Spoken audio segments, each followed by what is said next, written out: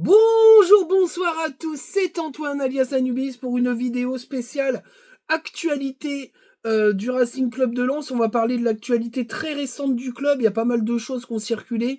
La rumeur Satriano qui se rapproche de plus en plus du club, le prêt de Bermond, bref, les petites révélations on va dire de Brice Samba, la petite rumeur Ouma, on en parlera un petit peu. Voilà, on va parler un petit peu de ça. On va parler aussi du groupe qui a été, la liste des joueurs qui ont été envoyés à l'UEFA pour les barrages face au Pana. Tout ça, on va en discuter de la conférence de presse aussi de Will Steele. Il y a plein de petites choses. Les vidéos s'enchaînent, mais les actualités s'enchaînent également. Je voulais faire juste un petit coucou à Ramzat. Il a mis un petit peu sa patte sur la chaîne qui permet d'avoir des visus beaucoup plus propres que ma tronche en vignette. Merci à toi Ramzat. Je vous mettrai dans la bio le lien de sa chaîne Créa. C'est un mec qui travaille super bien, il est super cool, super ouvert. Moi j'ai beaucoup de plaisir à travailler avec lui. C'est quelqu'un qui fait pas de bruit, qui est vachement humble dans sa manière d'aborder les choses, mais qui a envie de se faire plaisir. Il a des créas maillots, c'est vraiment des dingueries, que ça soit sur Lens ou sur d'autres clubs. J'ai vu des maillots de Toulouse, etc., qui sont vraiment, vraiment, vraiment très propres. Donc voilà, je vous conseille d'y aller, c'est le petit aparté, c'est l'instant pub fraternel avec l'ami Ramzat. T'as vu, j'ai pas merdé le canon sur ton prénom. Donc voilà, la chaîne évolue au fur et à mesure. C'est vrai que c'est... Voilà, moi je pars d'en bas, hein, c'est fait à la bonne franquette, ça l'est toujours d'ailleurs, parce que j'ai pas de décor derrière, et puis j'en ferai pas, parce que j'ai pas de place chez moi pour faire un temple lensois, on s'en fout, c'est pas le problème, mais on va commencer à bien structurer le truc pour que ça évolue, le nombre d'abonnés évolue bien, le nombre de vues, les retours sont positifs. Attention aux demoiselles qui, dans les coms, se font un petit peu harceler. Vous n'hésitez pas à venir me voir en DM, soit sur Twitter, soit vous me faites un signalement, parce que les gros détraqués, là, on les dégage tout de suite. On cherche pas à comprendre, parce que j'ai vu des trucs un peu zarbi. Voilà, courage à vous. Malheureusement, il y a des gros dégueulasses partout, sur tous les réseaux. Mais n'hésitez pas à me le signaler, hein. Donc voilà, on va commencer, trêve de bavardage, on va commencer, on va aller dans le cœur du sujet. La première chose, c'est l'annonce officielle de la signature du premier contrat professionnel d'Anthony Bermond, le jeune offensif de 19 ans qui a fait vraiment de belles choses en Youth League l'année dernière, qui est plutôt un joueur assez prolifique au niveau des réalisations offensives, que ça soit des passes décisives ou des buts. Il signe son premier contrat pro et est prêté dans la foulée à Annecy. Il y a une espèce de passerelle entre Annecy et Lens en ce moment. Bon, après, je vais pas vous le cacher que j'aurais préféré qu'il aille à Laval, parce que je trouve que le prêt de Rémi Labolascari avait été un peu plus fructueux, parce que Laval avait un petit peu plus proposé de choses. Annecy, c'est quand même un peu moins hypant, mais en tout cas, il aura sûrement des choses à faire. Je trouve que l'évolution de la prise en charge des jeunes contractuellement est bonne, parce qu'avant on signait des contrats pro et il n'y avait rien derrière à part continuer à jouer en N3 ou en N2. Cette fois-ci, ils signent des contrats pro, ils sont prêtés, ou quand ils sont prolongés, ils sont prêtés dans la foulée. Je pense qu'aujourd'hui, il faut essayer de prêter ces joueurs-là dans des clubs de Ligue 2 ou de National très rapidement, qui franchissent le pas à partir du contrat professionnel. Pour moi, ils doivent sortir de la N3 pour aller voir ailleurs au moins une saison. Si ça foirouille, eh ben, c'est qu'ils sont pas forcément au niveau et que le gap avec la Ligue 1 est trop, trop, trop élevé. Maintenant, il faut bien les suivre, parce que c'est pas évident de connaître un peu les circonstances ou pas de jeu de ces gamins-là. Mais en tout cas, Anthony Bermond, c'est une valeur sûre. C'est un gamin qui a été formé au club.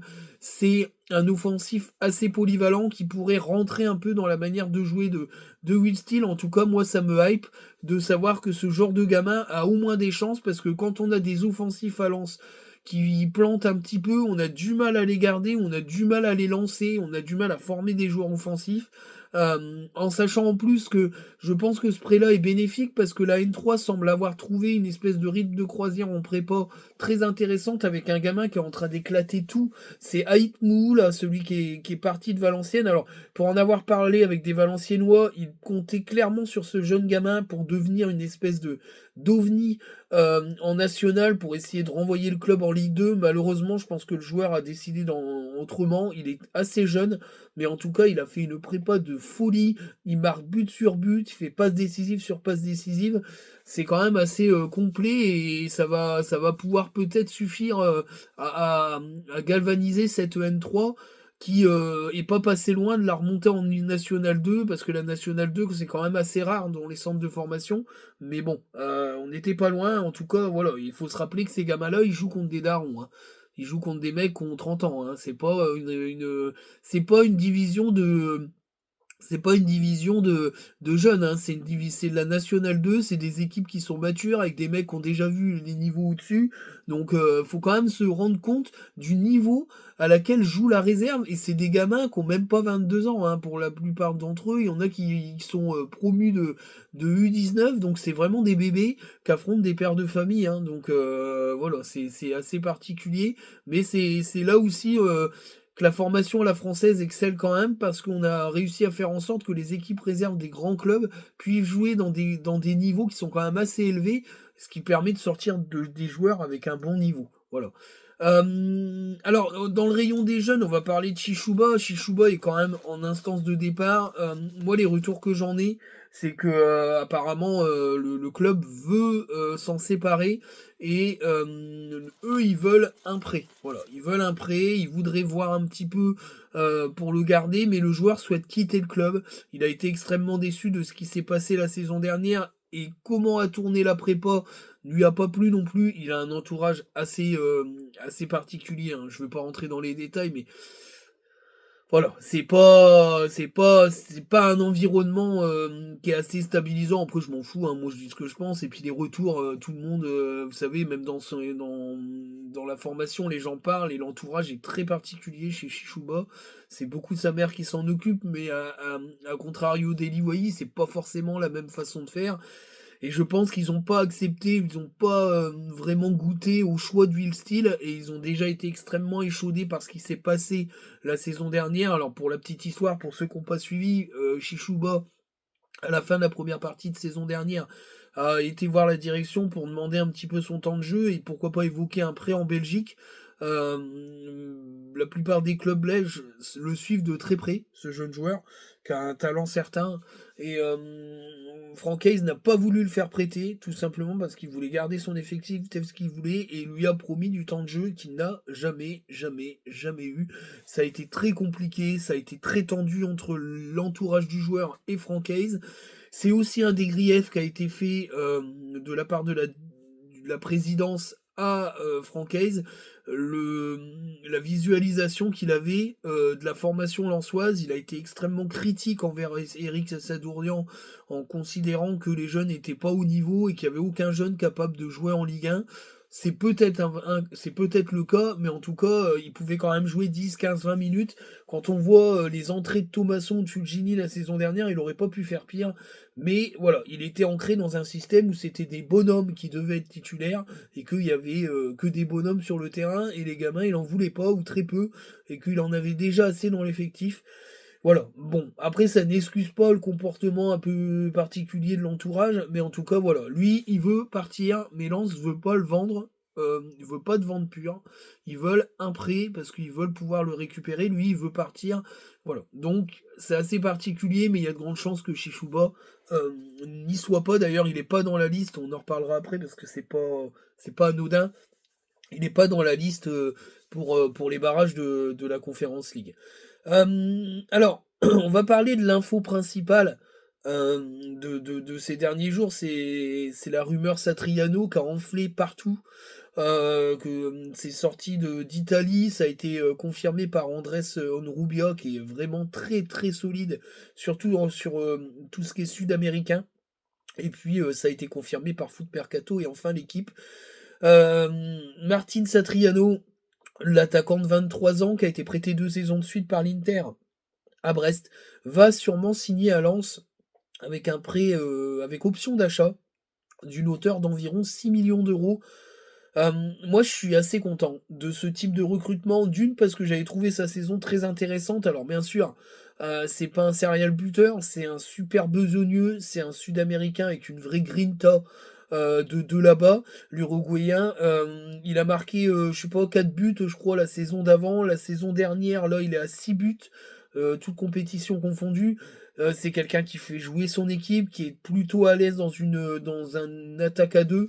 Euh, Sincèrement, voilà. Alors moi je le voyais assez petit, mais en fait non, il est pas si petit que ça. Il fait à peu près 1,80 m. Bon, ça est petit dans le foot, mais c'est plus grand que moi toujours. Mais voilà, c'est quelqu'un qui est assez doué de la tête, qui est doué avec ses pieds et qui se bat et qui adore le pressing et le combat. Donc moi je trouve que c'est une belle recrue. Quand on voit ce type de nom, on se dit quand même que ça bosse en interne. Diego Lopez. Au final, il est en train de faire son taf. La patte Lopez est en train de se mettre en place et je trouve que Martin Satriano, c'est propre. Alors j'ai vu bien sûr des commentaires, ah, on cherche un neuf qui marque des buts, lui il en marque pas. Ouais, bon, faut voir à Lens. Moi, je suis pas persuadé que il, euh, il soit Lopez qu'à Lens. Moi, je pense qu'il peut être largement Lens compatible. Et je trouve que c'est un attaquant qui a de l'avenir. Et voilà, quand on parle. Alors, Garrincha l'a validé. Hein, Garrincha, c'est un tweetos qui fait beaucoup de scouting et qui est plutôt bien calé. Mais j'en ai parlé avec d'autres connaissances qui font du scouting. Et pour eux, c'est presque une évidence que Satriano soit dans la liste des joueurs suivis par Lens. Et ils pensent que sincèrement, ça peut fonctionner. Voilà. Alors, il remplace numériquement Eli Wahi parce que c'est pas du tout le même poste. Mais on peut dire sincèrement que ça va sûrement rentrer dans une rota en titulaire avec Enzola, Saïd et Sotoka. Ça commence à faire du beau matériel devant, même si Enzola, je le connais pas, donc c'est difficile à juger. Mais en tout cas, ce qu'on sait, c'est que il n'y a pas. Il n'y a pas il y a pas de ces histoires de les démarreurs et les finisseurs là, que racontait Francaise. Lui, il parle de concurrence Will Steel directement. On reviendra sur la conférence de presse aussi. Et il va y avoir du boulot. Il va falloir gagner sa place parce que si Enzo là est performant, que Satriano fait des bons matchs, il y en a un des deux entre Saïd et Sotoko qui va manger du banc. Hein, c'est sûr et certain. Et ça sera peut-être une révolution. Saïd marque pas mal de points puisqu'il a marqué déjà un but en championnat.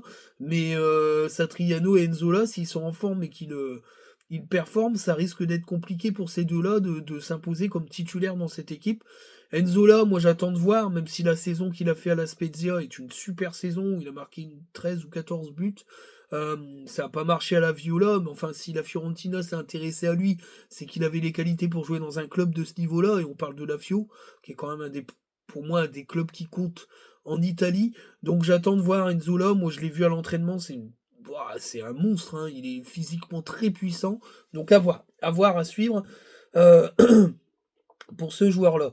Euh, la continuité de ces infos-là, c'est aussi Timothy Ouma, pardon, milieu de terrain de Elfsborg.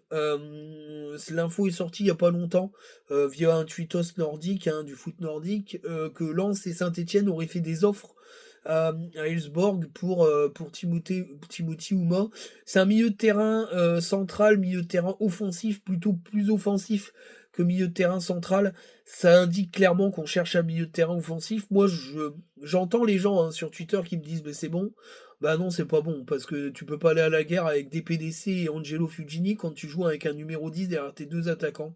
Pour moi, c'est faiblard. Je pense qu'il va y avoir un dégraissage monstre et l'arrivée d'un milieu de terrain qui va venir les concurrencer. Peut-être même une surprise avec pourquoi pas une vente de DPDC. Moi, je trouve qu'il a très peu joué. Alors après, il était peut-être un peu blessé, mais je serais pas surpris de voir un DPDC partir. Donc, moi, je pense qu'il y aura un milieu de terrain offensif qui va rentrer. Alors, je vais faire un petit ricochet par rapport à ça. Il y a eu, bien sûr, Momo Toubachter qui a commencé à faire de la récup lançoise parce qu'il a très peu de bonnes infos sur Lens. Après, je dis pas, sur certains clubs, il a des contacts, mais à Lens, il a très peu de bonnes infos. Il a toujours raconté des trucs olé olé qui n'avaient pas de fond. Là, il a parlé du fait que Alex Dao, ça serait 100 000, 150 000 euros de salaire par mois. Enfin, non mais. Et je sais pas où il va chercher ça, mais Bref, j'attends de voir, mais pour moi, ça, c'est de l'extrapolation des raisons pour lesquelles Hayes aurait été viré. Je trouve ça complètement fou. Et si Dibané, il aurait été recruté pour moins cher. Alors que, non, mais bon, ça peut. Bref. Mais surtout, il a parlé des MLS. Voilà. Il a parlé des MLS. Alors, il a donné des détails extrêmement précis. Joueur de MLS jeune qui ne joue très peu dans son club. Donc, il y a eu tout de suite une hype gigantesque. Parce que quand il lance des trucs comme ça, il s'attend à des tweets de réponse. Le but, c'est de générer du tweet. Donc, le but, c'est quand tu balances un truc comme ça, on lui renvoie des tweets, il répond, machin. Le but, c'est de générer du tweet. Mais du coup, ça a été repris par Garincha, qui est plutôt intéressant dans ses analyses, et il a sorti plusieurs noms. Un Polonais, il a sorti aussi le nom d'un jeune Serbe qui joue à LA, au Los Angeles Galaxy, et qui pourrait être intéressant. Il a 18-19 ans, international serbe, bah déjà U21, mais aussi aux portes de l'équipe de Serbie. Euh, je ne sais plus le nom, je vais l'écorcher, donc bref, on va dire un jeune Serbe, qui est parti à LA et qui n'a pas forcément percé et qui vient de marquer son premier but. C'est un joueur qui est quand même assez impressionnant dans la finition, capable de gestes techniques très forts. Il est attaquant, mais il peut jouer un peu plus reculé. Bon, pourquoi pas, mais c'est que des supputations, hein. Pour l'instant, on n'en sait rien, mais pour moi, un milieu de terrain offensif va arriver, c'est sûr. Euh, Ce qu'il faut comprendre, c'est que ce type d'insider comme Momo Boutou-Bachter, il joue beaucoup sur les commus. L'année dernière, enfin, quand Saint-Étienne est descendu, l'année où Saint-Étienne est descendu, ou alors l'année d'avant, il était complètement en mode Saint-Étienne parce qu'il devait avoir quelques petites infos. Il parlait du vestiaire H24. Il avait créé une espèce de hype autour de lui par rapport à la commu stéphanoise. Il sait à qui il va parler. Il parle à des commus hyper actifs sur les sites sur lesquels il peut lancer des trucs et créer une émulsion, comment dire, ouais, c'est ça, une émulsion, une émulation et créer du tweet. Maintenant, je dis pas qu'il est nul et que c'est une grosse trompette, qu'il a jamais d'infos, parce que des infos il en a, mais il en a pas sur tous les clubs, et ça, il le dit pas, voilà, clairement. Euh, mais c'est tout, mais c'est pour faire attention, quoi, parce qu'après, on part dans des trucs où on est en train de se fier là-dessus, puis on fait pas le joueur alors qu'il a jamais été ciblé par le club, puis on commence à insulter le club parce qu'on s'est hypé pour un joueur alors qu'il n'y a jamais eu de contact. Tout ça, c'est malsain, si vous voulez. Voilà, moi, foot mercato, la plupart du temps, Santi Aouna est quand même très bien renseigné. Sébastien Denis travaille derrière, mais pour moi, Santi, c'est du solide. Andrés Onrubia, c'est du solide. S'il sort une info, il est sûr de son coup à 98%. Si c'est du Sudam, c'est plus de 100%, hein. S'il a une info Sudam, c'est sûr que c'est bon. Voilà, après, le reste, c'est bon. Sacha Tavolieri, des fois, ça begouille un peu, mais sur la Belgique, il est plutôt bien renseigné, puisqu'il est belge. Mais en tout cas, voilà, il a plutôt des bonnes infos. Mais c'est vrai que faire attention. Alors Fabrice Hawkins, c'est pareil, il a quand même pas mal de bonnes infos. Mais bon, lui, c'est plus sur des clubs un peu plus huppés. Mais voilà, pour vous dire un peu, pour situer vos recherches, si vous voulez aller sur des infos un peu mercato, voilà, pour moi, il y a deux, trois gars solides, le reste, c'est un peu, voilà, tu lances une pièce en l'air. Attention à tout ce qui est page turque, page africaine, tout ça, c'est des... Ouah, Africa Foot, ils sortent des noms qui sortent de nulle part. Bon, bref, bref. Tous ces comptes-là, faut faire très attention. Voilà. On va parler donc de la conférence de presse de Will Steele, donc d'avant-match. J'ai beaucoup aimé cette conférence de presse-là. On sent une excitation pour ce premier match à domicile officiel. Je pense qu'il a hâte d'en découdre. Il nous a bien vendu le Pana, parce que c'est vrai que son analyse, moi je retrouve ça parce que j'ai regardé un petit peu le Pana l'année dernière, et puis j'ai regardé un peu les matchs en streaming là, face à l'Ajax. C'est une équipe qui a de la maturité en fait. C'est une équipe qui a de la maturité, c'est une équipe assez âgée, c'est des joueurs qui ont connu l'Europe, c'est une équipe qui aime le combat, qui aime quand ça chauffe, et il faut pas rentrer dans ce jeu-là, et j'ai trouvé que son analyse là-dessus était assez juste, parce que face à l'Ajax, j'ai trouvé qu'ils étaient dans le combat, dans la confrontation, ouais, c'est ça, dans la confrontation, mais physique, quoi, mentale. Donc faut pas rentrer dans ce jeu-là, faut essayer vraiment d'imposer notre jeu. Il y va avec un groupe quasi complet. Il a dit Kenzola et Oji Diran qui étaient pas disponibles pour Angers, parce qu'il y a les problèmes de Papelard qui maintenant sont réglés, serait présent, sélectionnable. D'ailleurs, ils sont dans le groupe euh, pour, euh, pour la Conférence League. Je vais y revenir après parce que c'est important, mais je vais finir un peu sur la conf. Et dans cette conf, il a bien précisé voilà, qu'il voulait un groupe de 23-24 joueurs de champ, hors gardien. Or, on est à plus de 30 joueurs pour le moment. T'enlèves les 3 gardiens, il reste 27 joueurs. Ben, vous faites les comptes. Hein. Il y a 3 ou 4 joueurs qui vont partir. Alors, il y en a déjà 2 sûrs qui sont sur le départ. C'est Spearings et Salis Abdoul Samed qui pourrait aller à Brest, qui a été cité à Montpellier. Enfin bref, je pense qu'il a des portes de sortie. Alors à Brest, c'est plutôt un prêt. À voir si c'est un prêt avec prise en charge du salaire total. Je pense que de toute façon, le club, s'il veut s'en débarrasser, il s'en débarrasse et il n'y a plus de salaire. Hein. Je pense que sinon, il privilégieront autre chose. Voilà. Du coup, ça reste 2 joueurs. Alors moi, je pense à Idara. Et puis Chichouba, ça ferait 4 en partance. Ce qui voudrait dire qu'il y aura un milieu de terrain offensif qui rentrerait, peut-être.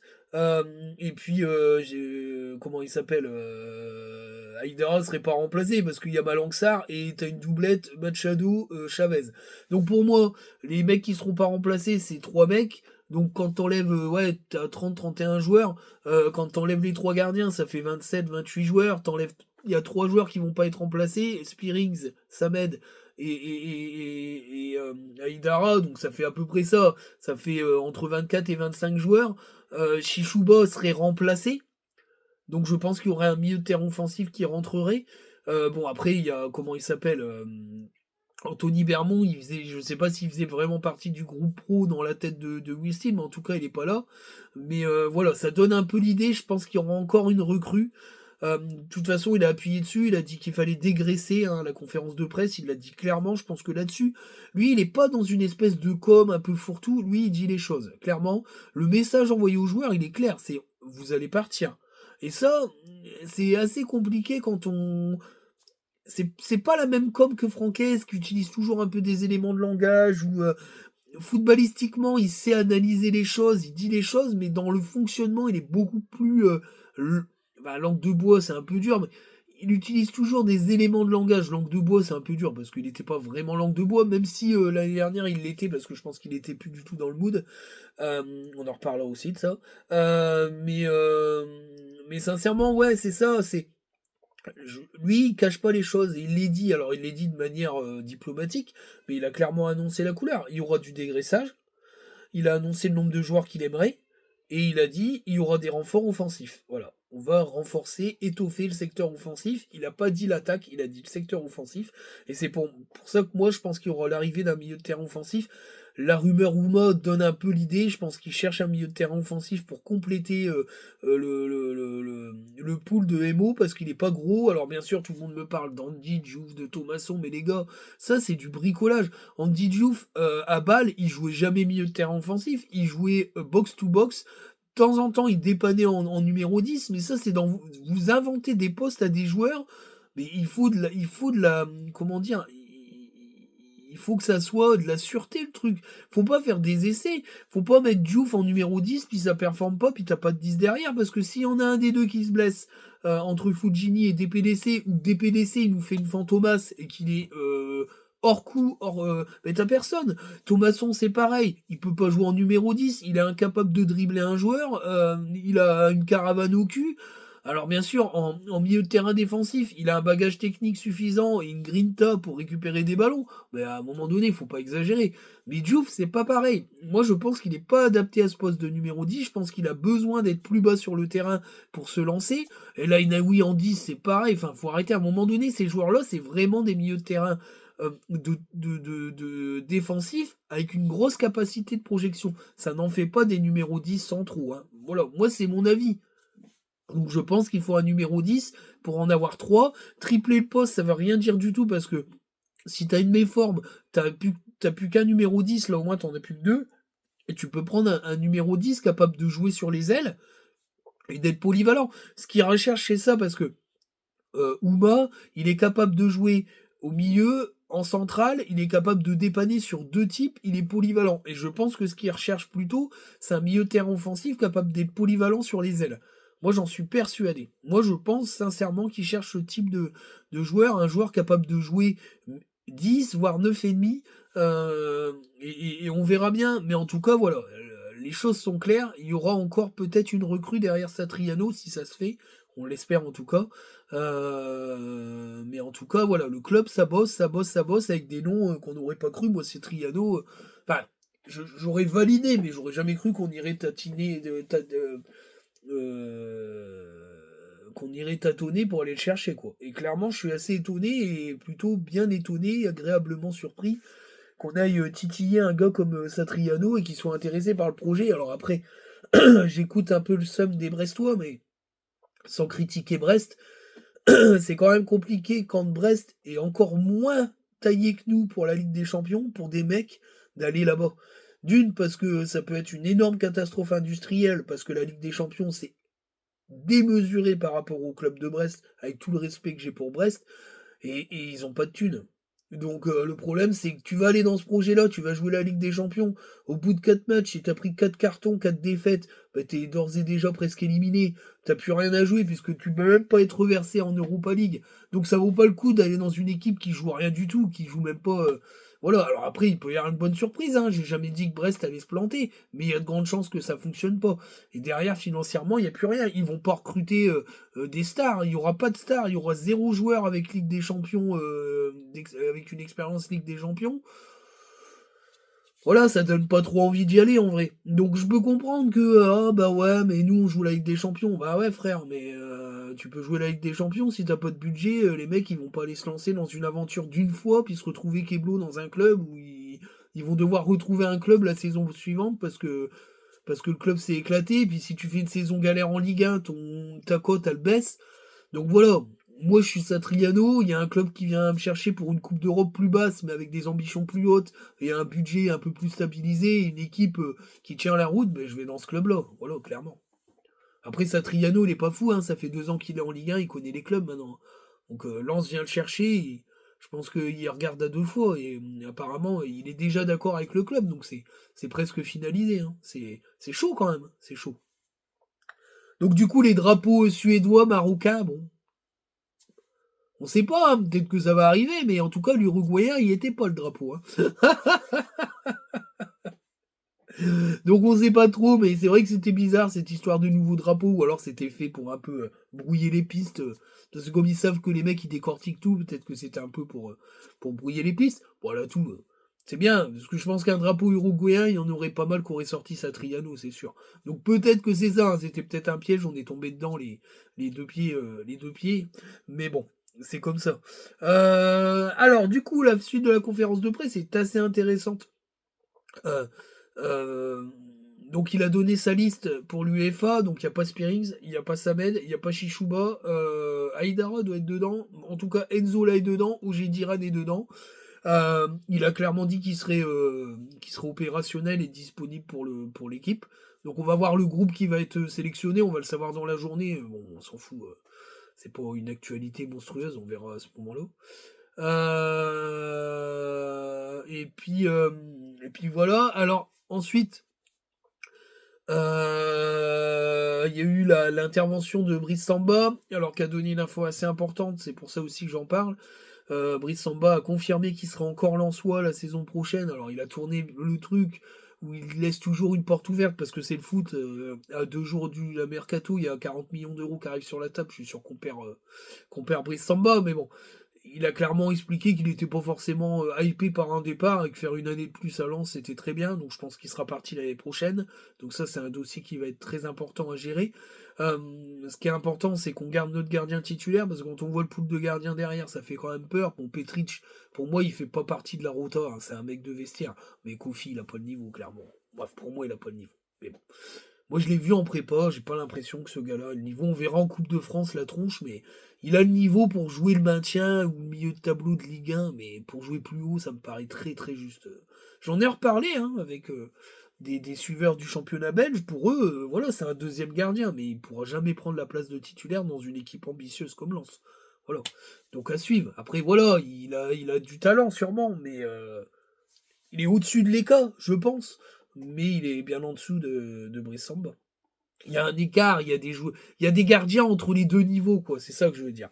Donc, c'est une bonne nouvelle, hein. On garde Brice Samba. Il a aussi commencé un peu délier la langue par rapport à Franck Hayes. Ça a été assez étonnant. Je pense qu'il y a eu des non-dits, hein. Il y a eu des joueurs qui n'ont pas forcément apprécié comment la saison s'est terminée. Il y a peut-être eu beaucoup de frustration. Ça peut expliquer aussi certains comportements de joueurs qui étaient peut-être plus dans le mood et plus heureux parce que ça ne se passait pas bien dans le vestiaire. En tout cas, voilà, lors de la conférence de presse, alors je prends pas ces mots mot pour mot, mais il a expliqué que le groupe avait compris depuis le mois de mai que Franck Hayes ne serait plus l'entraîneur ouais, même le mois de mai, enfin, ils avaient compris, il n'y a pas de mois de mai, c'est moi qui dis des conneries, je fusionne deux phrases que j'allais sortir. Pour résumer, le groupe avait compris, avait bien senti que Franck Hayes ne serait plus l'entraîneur du Racing Club de Lens la saison prochaine. Et ça a pas mal impacté le groupe. Ça, il le dit pas, mais je l'ai senti dans son ton. Euh, pour en avoir parlé avec quelqu'un qui était présent à la conférence de presse, bref, je reste discret là-dessus, il a clairement une gestuelle qui montrait son agacement. Voilà. Donc, tous ceux qui ont chié sur la tronche de Joseph Ougourlian en mode il le fait partir, c'est complètement de la couille. Franck Hayes est sur le départ depuis de toute façon la fin de saison, le début de la saison dernière, puisqu'il l'a clairement dit à la fin des trophées UNFP qu'il n'était pas sûr de rester.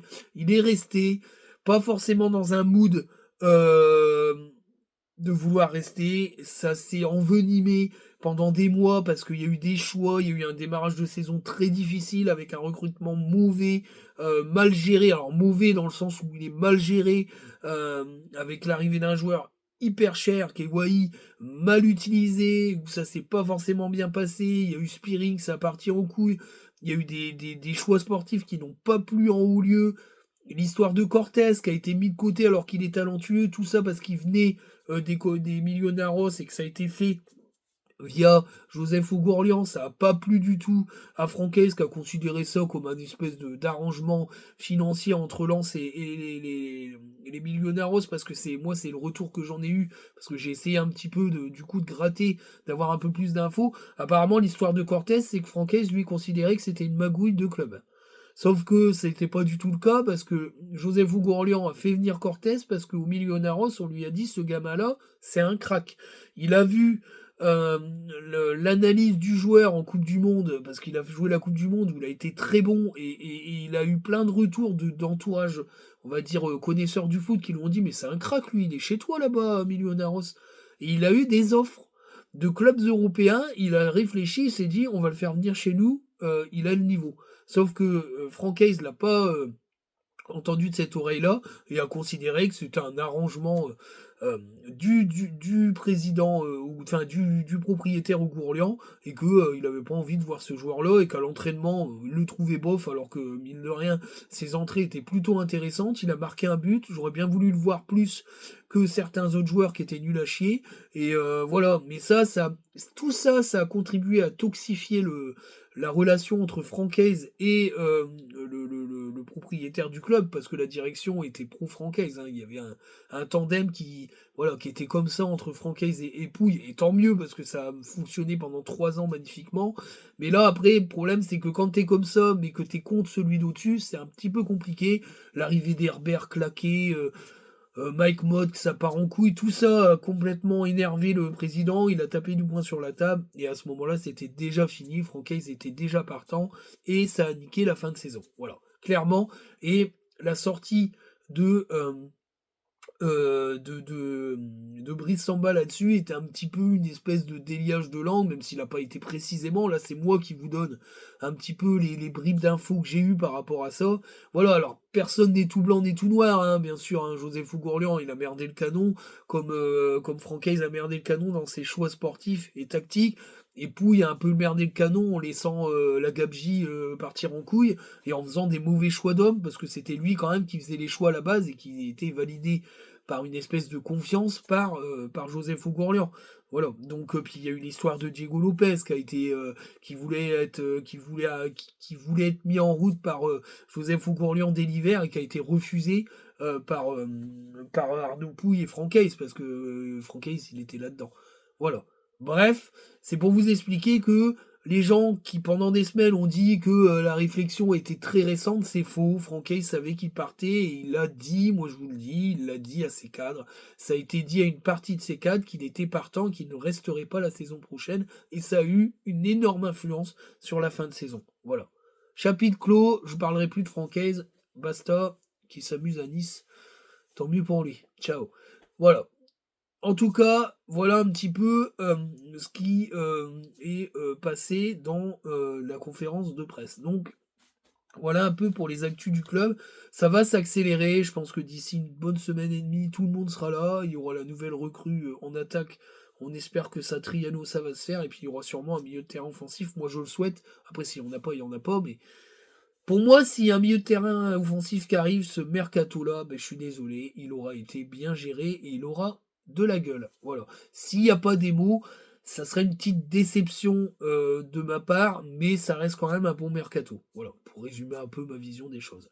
Voilà les amis, bah, je pense avoir fait le tour des actus. J'espère que la vidéo va vous plaire. Sur ce, je vous dis à très bientôt. Je pense ça sera samedi ou vendredi ou samedi pour le débrief de Lance Pana. J'y serai. Pour ceux qui me croiseront, on se verra. Pour les autres, à très bientôt sur la chaîne. Je vous souhaite plein de bonnes choses. Et puis vive Lens, victoire du Racing Club de Lens. Toujours Lens, partout, toujours. Salut!